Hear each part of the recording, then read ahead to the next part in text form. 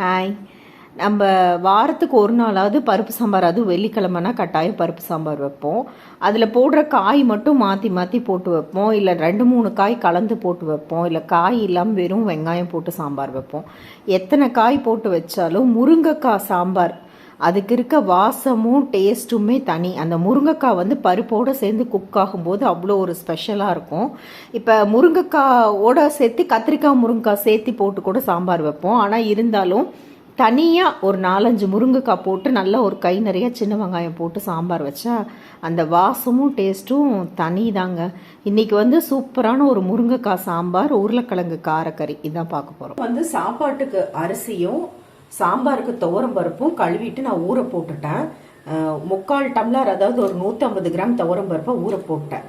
இது ஒரு 15-20 நிமிஷம் ஊறினா நல்லா ஒரு 2 சத்தத்தில் சாஃப்டாக வெந்துடும். பருப்பும் நிறைய உபரியாக கிடைக்கும்.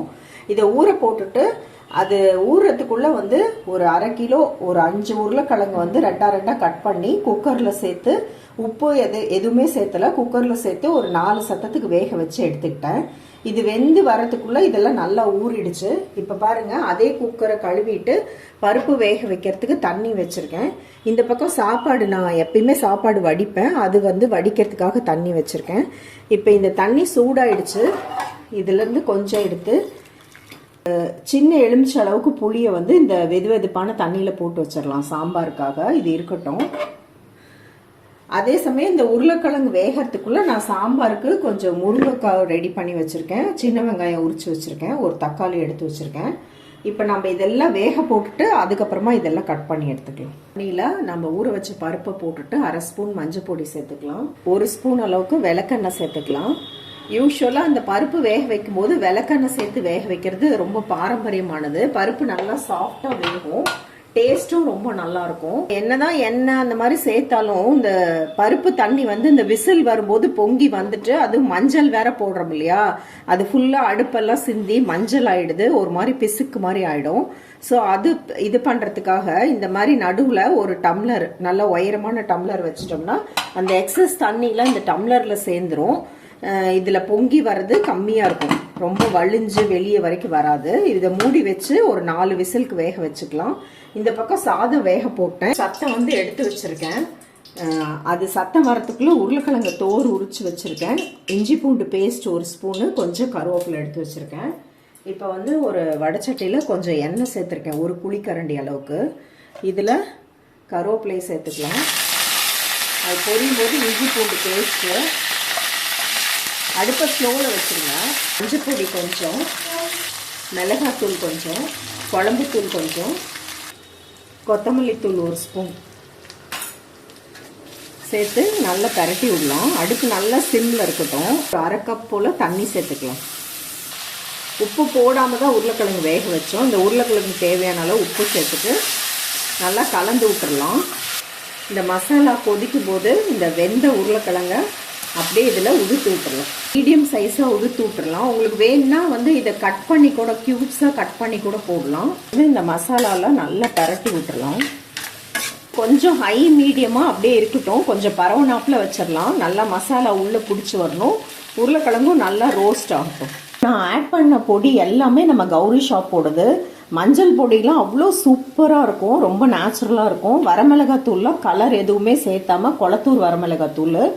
அதே மாதிரி மல்லித்தூள், நாட்டு கொத்தமல்லி தூள், கலர் பாருங்கள் எவ்வளோ சூப்பராக இருக்குது.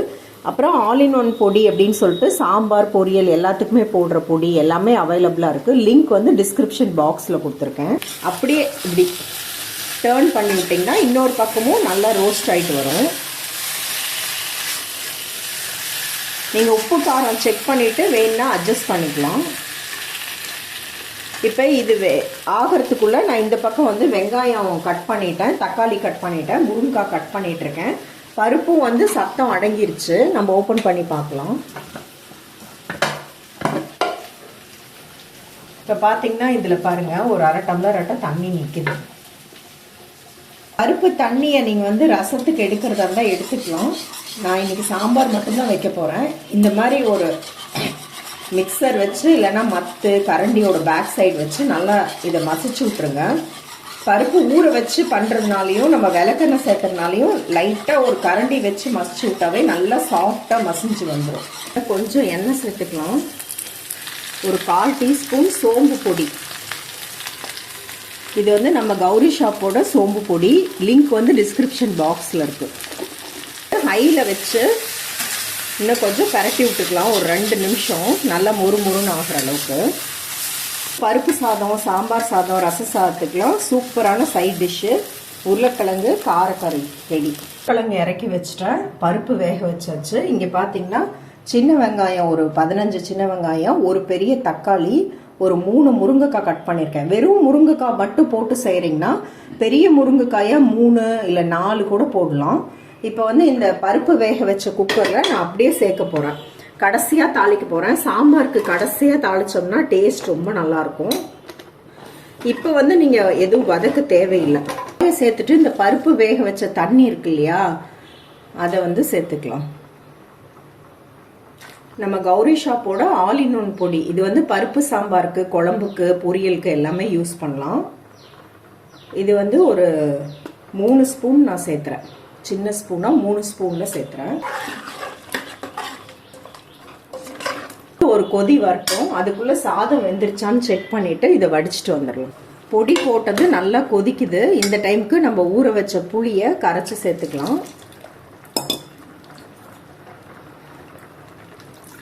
சும்மா ஒரு 1/4 கப் தண்ணி சேர்த்து ஒரு 2 வாட்டி இல்லை 3 வாட்டி கரைச்சி சேர்த்துக்கலாம்.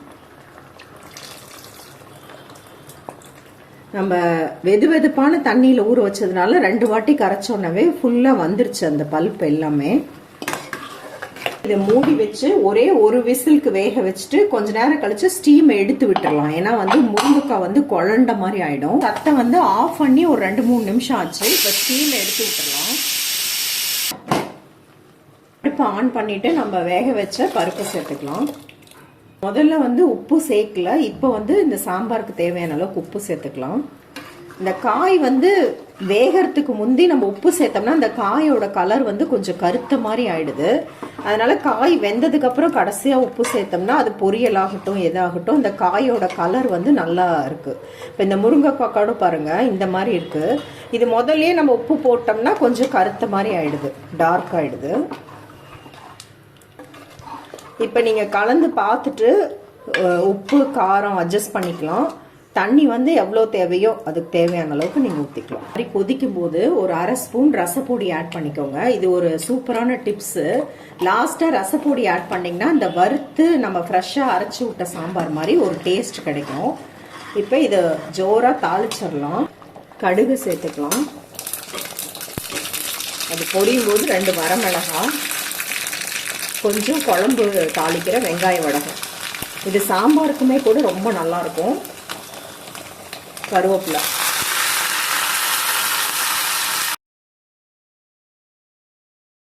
பெருங்காயம் சேர்த்துக்கலாம். இதெல்லாம் பொரியும் போது இதில் சேர்த்துடலாம்.